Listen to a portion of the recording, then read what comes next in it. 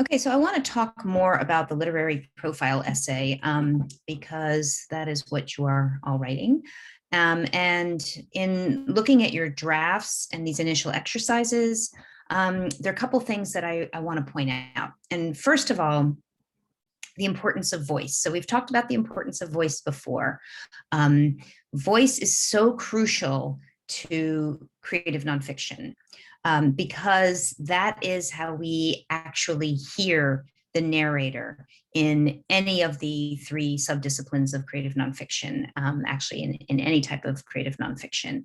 We want to hear your do that. So figurative language is really important in voice, using metaphor and simile and using verbal tics as well. So, everybody has their own way of speaking. And if you are profiling a person, you want to really listen to how they speak and try to transmit that. But you can also transmit your own verbal tics within your writing.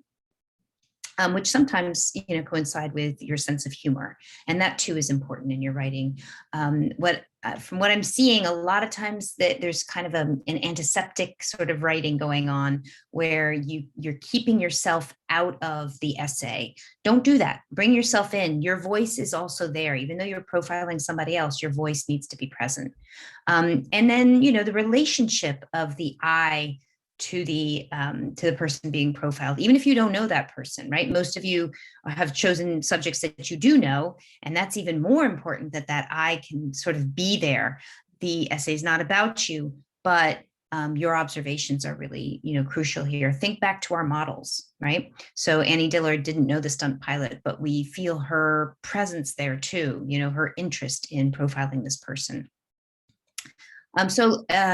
Setting, getting the objects and the atmosphere of the surroundings, dialogue, interviewing your subject and actually weaving in that person's way of speaking, and obviously choosing, you're selecting out what is pertinent to your particular thesis in this literary profile. But dialogue is really important. And then that narrative arc, which is always the most difficult, right? So you're not writing a very long piece.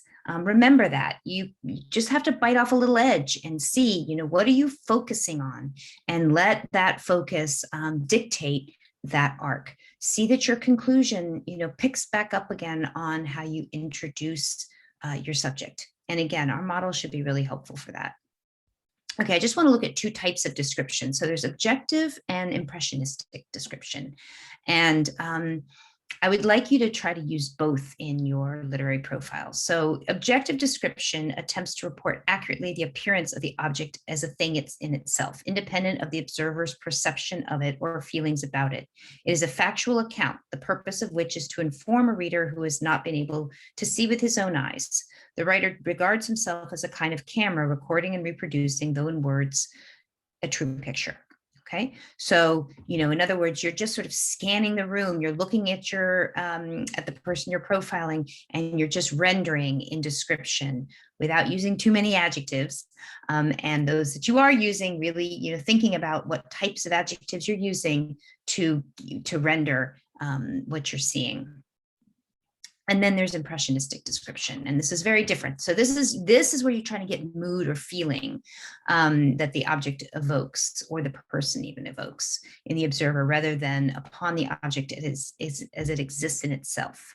Impressionism does not seek to inform, but to arouse emotion. It attempts to make us feel more than to make us see. The writer may blur or intensify details he selects, and by the clever use of figures of speech, he may compare them to things calculated to evoke the appropriate emotion. Again, we're talking about figurative language here. To impress us with the dreary ugliness of a house, he may exaggerate the drabness of its paint, or metaphorically describe the flaking as leprous. Okay, and that comes from, I've cited down here where it comes from. So, again, it's that figurative language that's going to bring us so much of the feeling, which is really crucial in any description. So here's an example of an impressionistic description of a smoky town. The idiosyncrasy of this town is smoke. It rolls sullenly in slow folds from the great chimneys of the iron foundries and settles down in black, slimy pools on the muddy streets. Smoke on the wharves, smoke on the dinghy boats, on the Yellow River, clinging in a coating of greasy soot to the house front, the two faded poplars, the faces of the passersby, the long train of mules dragging masses of pig iron through the narrow street, have a foul vapor hanging to their reeking sides. Here inside is a little broken figure of an angel pointing upward from the mantel shelf, but even its wings are covered with smoke, clotted and black. All right, so not only are you getting description here, but you really are getting a sense of the dreariness of this, this town. Oh, I didn't finish.